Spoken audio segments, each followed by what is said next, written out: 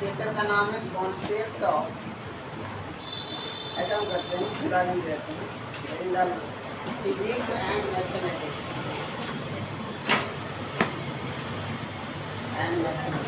Chapter का नाम, and this is first chapter और बेसिक फाउंडेशन ऑफ फिजिक्स। इसमें हम क्या क्या पढ़ेंगे, हम इतना ही बता रहे हैं जिससे कि तुम्हारा काम हो। कोई भी फार्मूला प्रूव कर रहा है तो याद नहीं करना पड़ेगा, बड़ा बड़ा फार्मूला आएगा तो उसमें इंटीग्रेशन याद करोगे, नहीं होगा याद, तो इसके लिए हम बता रहे हैं। इसमें सबसे पहले हम पढ़ेंगे कैलकुलस,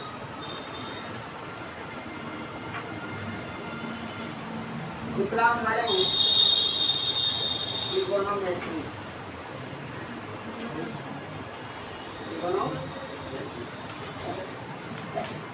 और तीसरा हम पढ़ेंगे ग्राफ। एपीजीपी भी पढ़ना होता है, लेकिन एपीजीपी का यहाँ पर ज़्यादा यूज नहीं है। जैसे नीट का एग्ज़ाम कोई देगा, जेई का एग्ज़ाम देगा, तो वहाँ एपीजीपी पढ़ना पड़ता है। नीट जेई का एग्ज़ाम यहाँ पर नहीं देगा, मिला जी। तो नीट जेई का अगर कोई देना चाहेगा तो एपीजीपी पढ़ना होगा, बता सकते हैं। सभी लोग जरूरी से कर लें। हाँ, ये तो चैनल ये वाला और फेसबुक में चलाते हैं। मॉडर्न बनो, थोड़ा सा युग के साथ बदलना सीखो। हम 3 चैप्टर यहाँ कैलकुलस, ट्रिगोनोमेट्री, ग्राफ। कैलकुलस में हम बेसिक पढ़ेंगे, जिसमें खास करके डिफरेंशिएशन,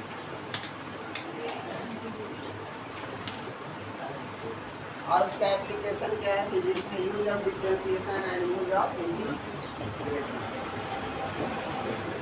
दो चीज़ पढ़ेंगे। और देन दोनों का यूज पढ़ेंगे कहाँ पर, फिजिक्स में पढ़ेंगे। ट्रिगोनोमेट्री में, कैलकुलस में ये 2 ही चैप्टर हम पढ़ेंगे। ऐसे देखो है तो बहुत सारा चीज़ पढ़ना है, लेकिन हम 11-12 को लेके चल रहे हैं, नीट यहाँ पर नहीं चल रहा है, और तो वहाँ लेवल तक ही बता सकते हैं। तो उसमें हर चीज़ पढ़ना पड़ेगा, उसमें मैक्सिमम मिनिमम पढ़ना पड़ेगा। डिफरेंशिएशन नहीं आता, मैक्सिमम वैल्यू निकालने के लिए, मिनिमम वैल्यू निकालने के लिए। फिर उसमें बॉन्डेड एरिया पढ़ना पड़ता है कि अगर ऐसा है ग्राफ तो उसका बॉन्डेड, पाराबोला है तो इसका बॉन्डेड एरिया कितना होगा, समझ रहे। ये सब यहाँ पर हम नहीं करेंगे, हम वहाँ तक ही करेंगे जहाँ तक 12th एग्जाम का जो हम प्रूव कर सकते हैं। तो बाकी तो कैलकुलस तो बहुत बड़ा चैप्टर है, 3 महीना चाहेंगे तो पढ़ाते हैं। उसमें हम डिफरेंशिएशन खाली देखेंगे और इंटीग्रेशन देखेंगे, वहाँ तक जहाँ तक काम चल जाए। ट्रिगोनोमेट्रिक में जो जनरल थ्योरी ट्रिगोनोमेट्रिक का, विशेष करके कंपाउंड एंगल और इसका ग्राफ, जैसे साइन एक्स का ग्राफ, कॉस एक्स का ग्राफ। जैसे तुम एसी का ग्राफ देखोगे, एसी का इक्वेशन होता है v = v0 sin omega t plus minus kx। AC के वोल्टेज का फॉर्मूला है, ठीक है। तो ई जो v = v0, तो v0 को हम पीक वोल्टेज करते हैं, क्या कहते हैं, पीक वोल्टेज करते हैं। लेकिन ये जो फंक्शन है वो साइन का है ना, तो जब साइन का फंक्शन है तो तुमको ग्राफ साइन का आना चाहिए। साइन का क्या आना चाहिए, ग्राफ आना चाहिए, अदरवाइज डायरेक्ट पार देंगे तो पता नहीं चलता। तो वहाँ पर हम कंपाउंड एंगल पढ़ेंगे, साइन एक्स, कॉस एक्स, ये सब का ग्राफ पढ़ेंगे। और एक सेपरेटली ग्राफ भी हम पढ़ेंगे, जैसे पाराबोला का, हाइपरबोला, स्ट्रेट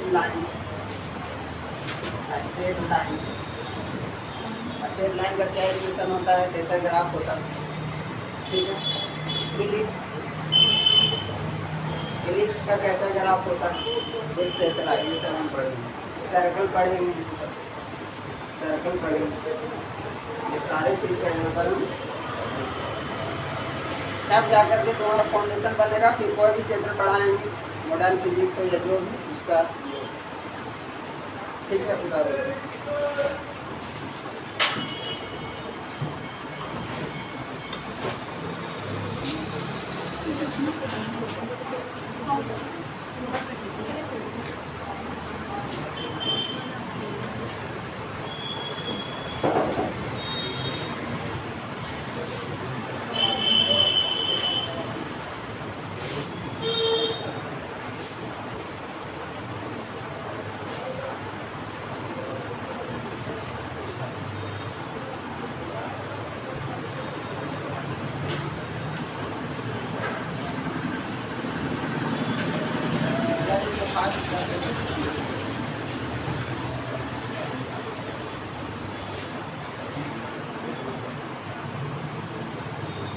व्हाट्सएप को कहीं भी हो तो उसका स्टेटस में भी लगाओगे थोड़ा शुरू में शेयर कर देखो, लिंक शेयर कर दिए हम लोग को। करिए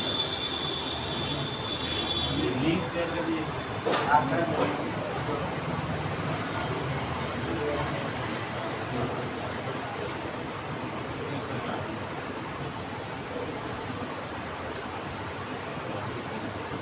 का एक शिक्षक कल उसका यूट्यूब पर वीडियो, क्योंकि पहले से पता करते हैं नहीं क्या मार्केटिंग चल रहा है।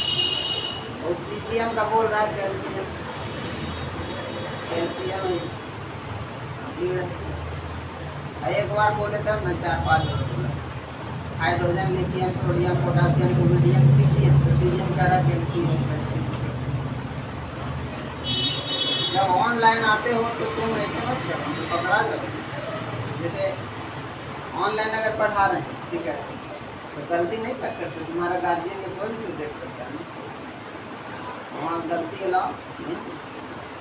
ऑनलाइन में तब आना चाहिए जब तुम गलत सलत नहीं पढ़ा रहे, तो बाद पकड़ा जाए। बता यहाँ तक कोई दिक्कत नहीं। तो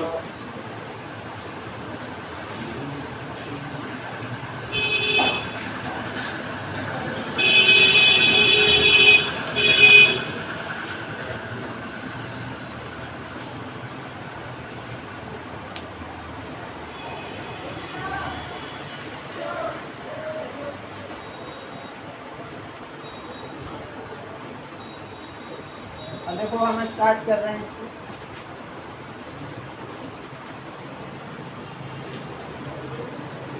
ध्यान से सभी लोग समझिएगा। इसका पहला चैप्टर है डिफरेंशिएशन।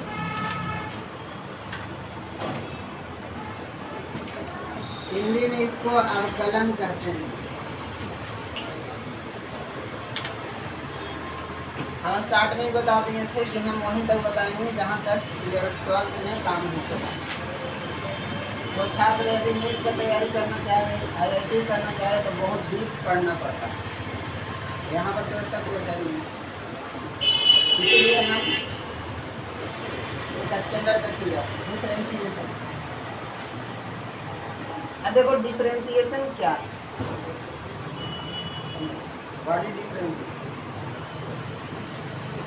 सपोज है कि हम लिख दें dy/dx। दो शब्द देना है, एक है डिफरेंशिएशन, एक इंटीग्रेशन।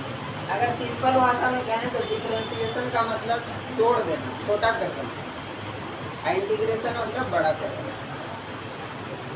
जैसे मान लिया जाए कि एक इलेक्ट्रिक वायर है from point A to B and this wire having length 1000 kilometer, 1000 kilometer, and we have find out the resistance of this wire, resistance of इस चालक तार का प्रतिरोध हमको ज्ञात करना। इंजीनियर साहब है, उसको फाइंड आउट करना है कि इसका रेजिस्टेंस कितना। तार लगातार then we can't calculate the resistance of entire wire that is point A to B, that is 1000 kilometre. यहाँ से दिल्ली तक हम नापते हैं। तो हम क्या करेंगे कि जैसे इसका लेंथ है L, तो इसमें से एक स्मॉल एलिमेंट काट लेंगे, टुकड़ा काट लेंगे ऐसे कि बीच से काट लेंगे, ताड़े टूट जाए, अलग से काट लेंगे। उसी ताड़ का एक नमूना सैंपल रखते हैं और इसको हम कंसीडर कर लेंगे, इसको हम कट कर लेंगे, जिसके लेंथ को हम DL मानेंगे या डेल्टा L। डेल्टा मतलब स्मॉल, डेल्टा का हो और डिफरेंशिएशन के फॉर्म उसी को D कहते हैं। लिमिट जब यहाँ आ जाता है ना, x टेंड्स टू 0 करके या L टेंड्स टू 0 करके, तो उसी को हम डिफरेंशिएशन कहते हैं, ठीक है। तो डेल्टा L और DL में ज़्यादा अंतर है नहीं, अंतर है लेकिन ज़्यादा अंतर नहीं। तो हम क्या करेंगे कि स्मॉल एलिमेंट काट लेंगे जिसका हम लेंथ dl या डेल्टा एल मान, क्लियर? dl ये क्या मान लेंगे? डेल्टा एल मान। और हम क्या करेंगे कि इसी स्मॉल एलिमेंट को, ये जो dl आया ना, इसी को डिफरेंशिएशन करेंगे। फिजिक्स की भाषा में क्या कहें? डिफरेंशिएशन करें। और इस स्मॉल एलिमेंट का रेजिस्टेंस निकालना है हमको। जैसे मान लो कॉपर का वायर है, कॉपर का वायर है, ये एल्युमिनियम का वायर है, एल्युमिनियम का तार है। तो रेजिस्टेंस निकालना है तो इंजीनियर साहब को एक फॉर्मूला याद है, R बराबर रो एल अपॉन ए। रेजिस्टेंस का फॉर्मूला होता है, पढ़ाएंगे इलेक्ट्रिसिटी। रेजिस्टेंस का फॉर्मूला है रो एल अपॉन। तो यहाँ एल न लेकर के यहाँ डेल्टा एल ले लेंगे। क्या ले लेंगे? Delta L. रो का मतलब होता है, और रो जो है resistivity of conducting wire, resistivity, ठीक है। हर एक चालक तार का रेजिस्टिविटी अलग होता है। जैसे चांदी का सबसे कम रेजिस्टिविटी होता है, इसलिए उसका रेजिस्टेंस सबसे कम होता है। लोहा का बहुत ज़्यादा होगा, इसीलिए रेजिस्टेंस उसका भी ज़्यादा होता है। तो रेजिस्टेंस ज़्यादा होता है इसलिए लोहा का तार नहीं लगाता। रेजिस्टेंस ज़्यादा होगा तो इलेक्ट्रिसिटी ज़्यादा खर्च होगा, एनर्जी लॉस ज़्यादा होगा, एफिशिएंसी कम जाएगा, मतलब एनर्जी बीच में लॉस हो जाएगा। जहाँ तक पहुँचना है वहाँ एफिशिएंसी 40%, यहाँ से 100 जूल एनर्जी दी, वहाँ 40 ही पहुँचेगा, 60 बीच में नष्ट हो जाएगा। तो रेजिस्टेंस कम रखना, रेजिस्टेंस क्या करना? कम रखना। तो इंजीनियर क्या करेगा? रो का वैल्यू निकाल देगा। हर एक का रो अलग होता है, कॉपर का अलग होता है, एल्युमिनियम का अलग होता है, इसका वैल्यू रख देगा। एरिया, एरिया मतलब cross sectional area, cross sectional area का मतलब ये जो कंडक्टिंग वायर है ना, इस सर्कुलर इसका होता है। इसका जैसे ये तार है तो ये आगे सर्किल है कि नहीं बताओ? सर्किल है। इसका एरिया हो जाएगा पाई आर स्क्वायर, रेडियस मेजर कर लेगा, या स्क्रू एंड गॉग से लगा करके इसका डायमीटर मेजर कर लेगा, डायमीटर को आधा कर देगा, रेडियस हो जाएगा। और पाई आर स्क्वायर से पाई का वैल्यू पास 3.14 रख करके वैल्यू निकाल लो। और डेल्टा एल का एक फंक्शनिंग लाएगा, मतलब इसका एक इक्वेशन तैयार करेगा डेल्टा एल का। इसको इंटीग्रेट कर देगा 0 किलोमीटर से 1000 किलोमीटर। कहाँ तक? 0 से तो पूरा आर निकल जाएगा, यहाँ से वहाँ तक कितना रेजिस्टेंस टोटल निकल जाएगा। तो ये जो छोटा कर दिए, चालक तार की लंबाई को छोटा कर दिए, that is differentiation and this is integration. फिर उसको पूरा कर दिए, ठीक है। तो ये इंटीग्रेशन होता है। डिफरेंशिएशन का मतलब स्मॉल, छोटा करते हैं। ऐसे इसका अगर ब्रॉडर वे में अगर देखें तो इसका डिफरेंशिएशन का मीनिंग थोड़ा सा हम बता रहे हैं कैसे होगा। आगे कुछ टर्मिनोलॉजी उसको समझें। जैसे dy/dx लिखें तो इसको बोलते हैं the rate of change of y with respect to x, with respect to क्या? x। इसको पढ़ेंगे the rate of change of y with respect to x। समझ रहा है कि नहीं? मैं बता रहा हूँ। The rate of change of y with respect to क्या बोलेंगे? x बोलेंगे। हिंदी में कहेंगे y के दर में परिवर्तन x के सापेक्ष। एक बार लिख देते हैं, y के दर में परिवर्तन, रेट में परिवर्तन x के सापेक्ष। दैट इज y के रेट में चेंज होगा x के सापेक्ष। x जैसे जैसे चेंज करेगा वैसे वैसे y भी क्या करेगा? चेंज करेगा। The rate of change of y with respect to x। ये वाला जो है फिजिक्स का भाषा है। अगर इसी को मैथमेटिकली बोल लें इसको हम बोलेंगे differentiation of y, differentiation of with respect to x, with respect to, इसको पढ़ेंगे differentiation of y with respect to